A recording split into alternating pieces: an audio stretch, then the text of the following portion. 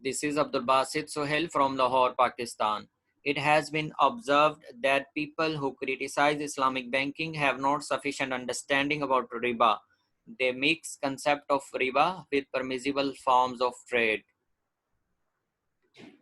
They should learn that every surplus in transaction is not forbidden.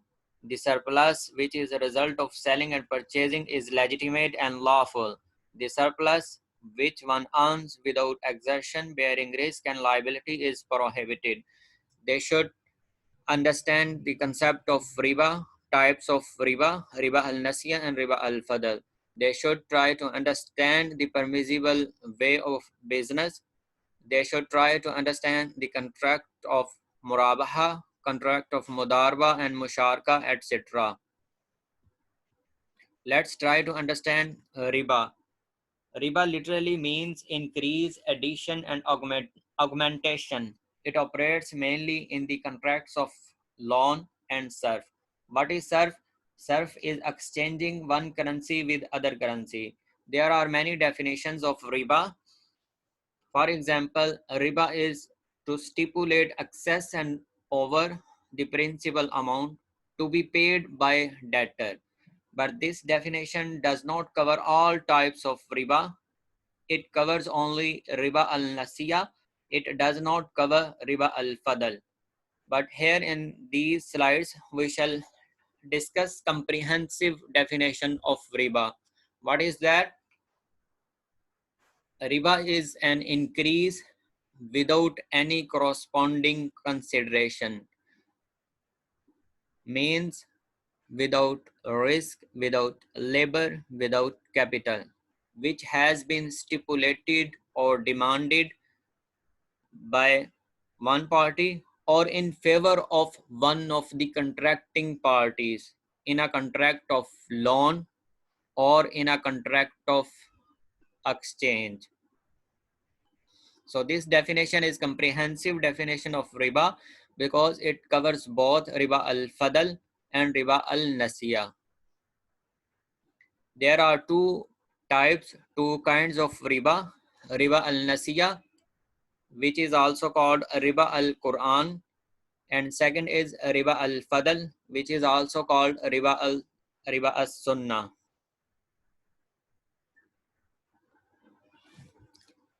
Riba Al Nasiya, this is the common and primary form of riba. This is commonly understood type of riba. This is the first and primary type of riba.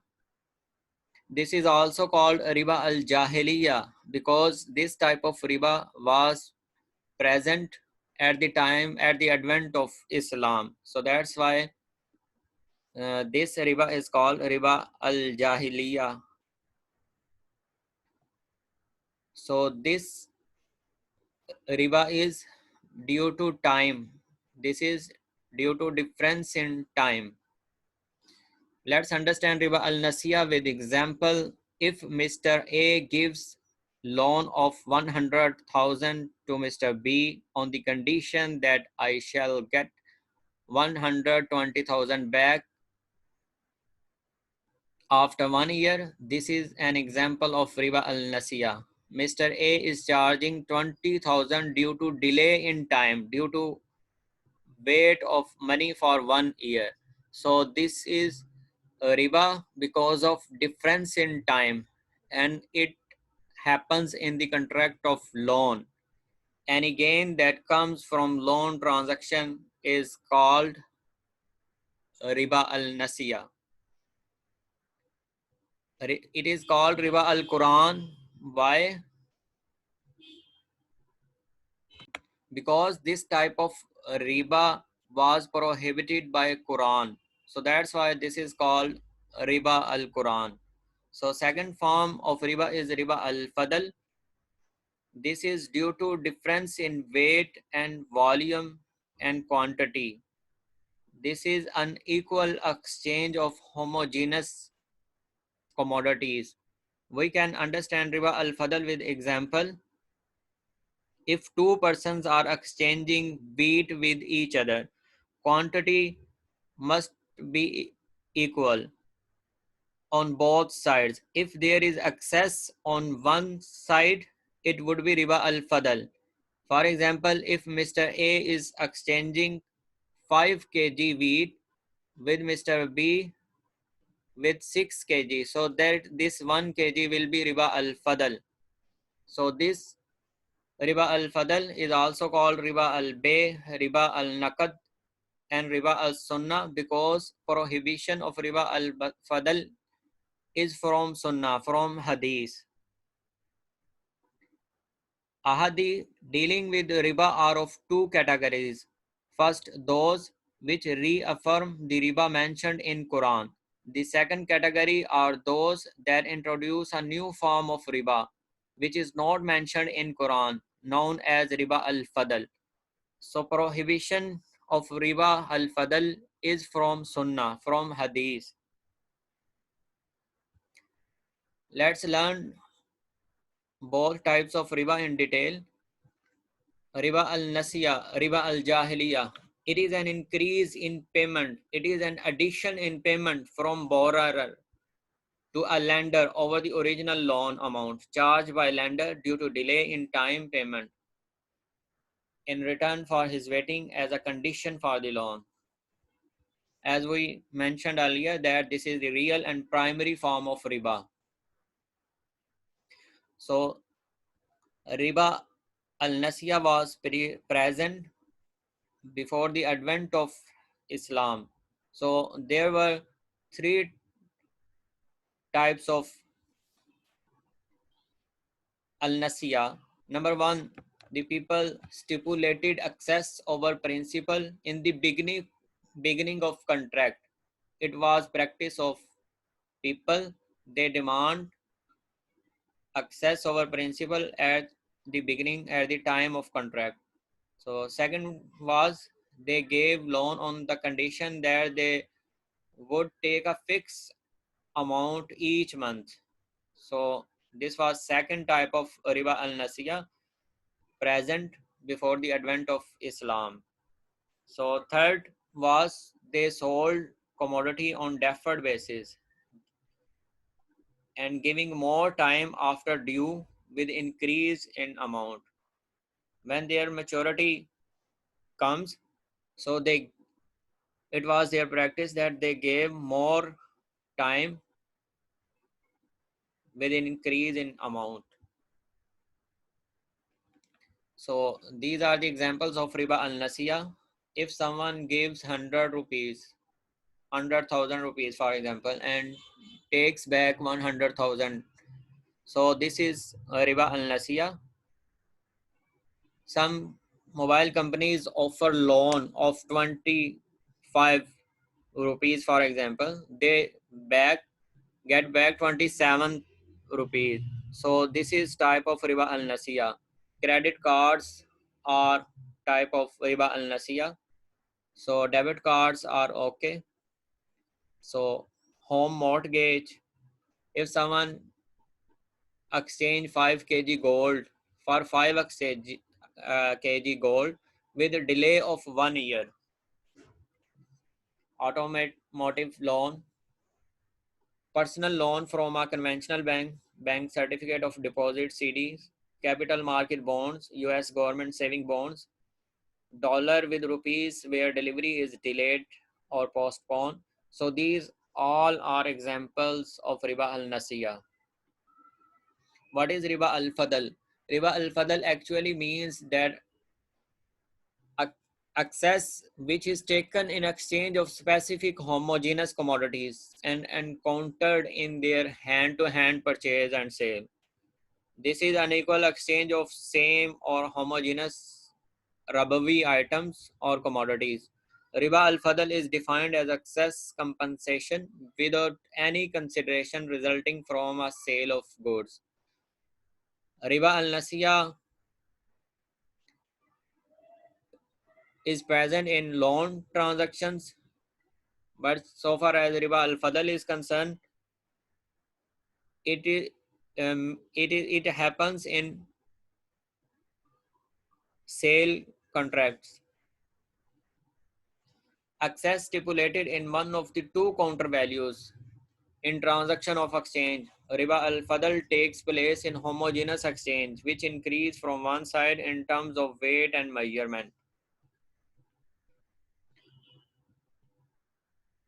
As we mentioned, it happens in sale or exchange transactions of commodity.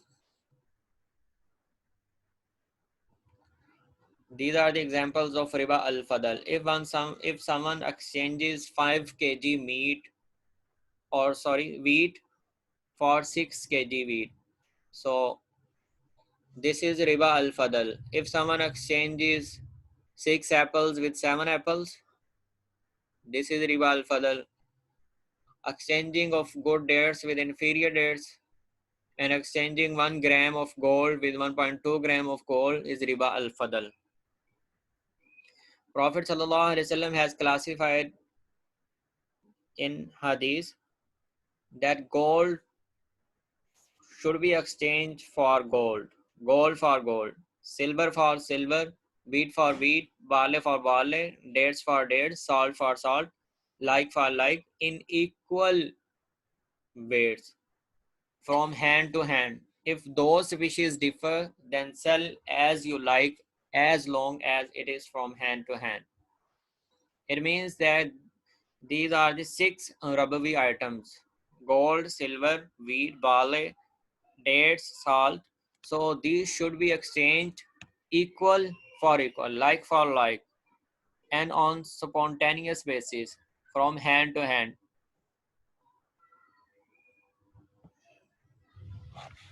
So here are some laws regarding exchanging the Ribawi items. Rule number 1 is, if you are exchanging Ribawi item with same Ribawi item, it must be exchanged equal for equal, and delivery should be on spot. This is for exchanging same Ribawi item with same Ribawi. For example, if we are exchanging gold with gold, so then it should be equal for equal and on spot basis. Rule number 2, if you are exchanging Ribawi item with different Ribawi item, so then equality is not necessary, but payment and delivery should be on spot. For example, if you are exchanging gold with silver, so here equality is not necessary. Equality is not condition here, but payment and delivery should be on spot. So rule number 3 is, if you are exchanging gold and silver with Ribawi food, so then it is normal sale. So we can understand these rules with the help of this chart.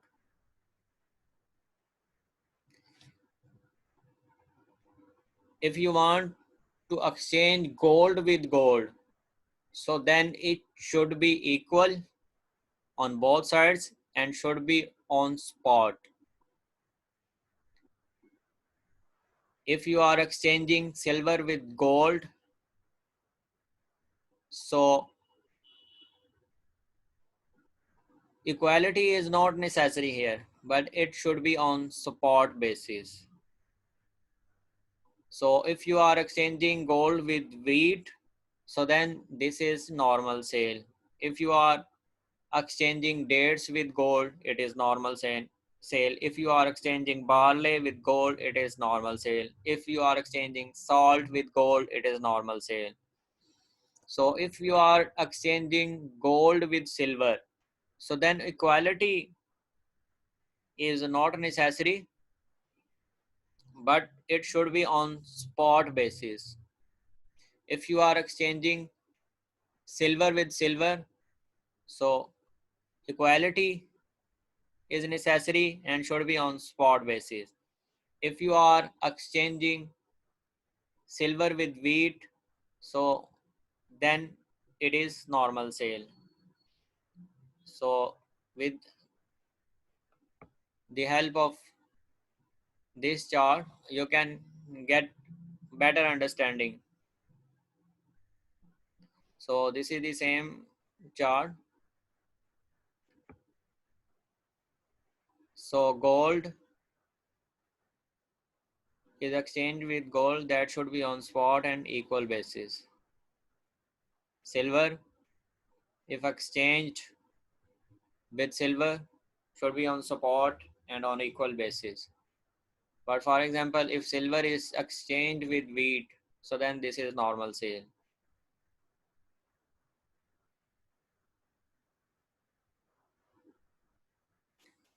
So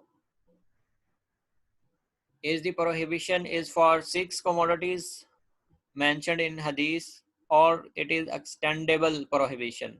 So majority of the jurists are unanimous that this prohibition is extendable. Prohibition is extendable to other commodities which resemble the 6 commodities with regard to illah. Jurists are unanimous on application of the rule of prohibition to other commodities rather to confined to 6 commodities, but disagree on the underlying cause on illah. What are the differences among the jurists on illah? What is the viewpoint of Hanfi? Hanfi says that illah is similarity of species and similarity of method of estimation is the underlying cause for Hanfis. So Hanfis extended the hadith to all commodities that are sold by weight and measurement. So then whenever iron or cotton is exchanged, so rule will be up, same rule will be applied on these items. So exchange should be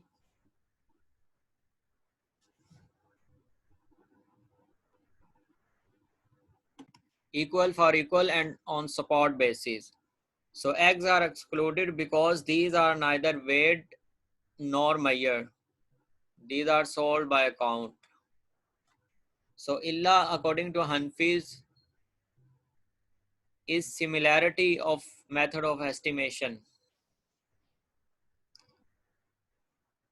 which is weight and measurement. According to Malkis, unequal exchange of gold and silver is prohibited because gold and silver belongs to class of money, but remaining 4 foodstuffs which can be stored and preserved. So all foodstuff that can be stored and preserved are covered with hadith. So according to Malki's, illah is storability. So according to them, vegetable and fruits are perishable, cannot be stored. So that's why vegetable and fruits are excluded. Shafi and Hanbali agree with Malki, sorry.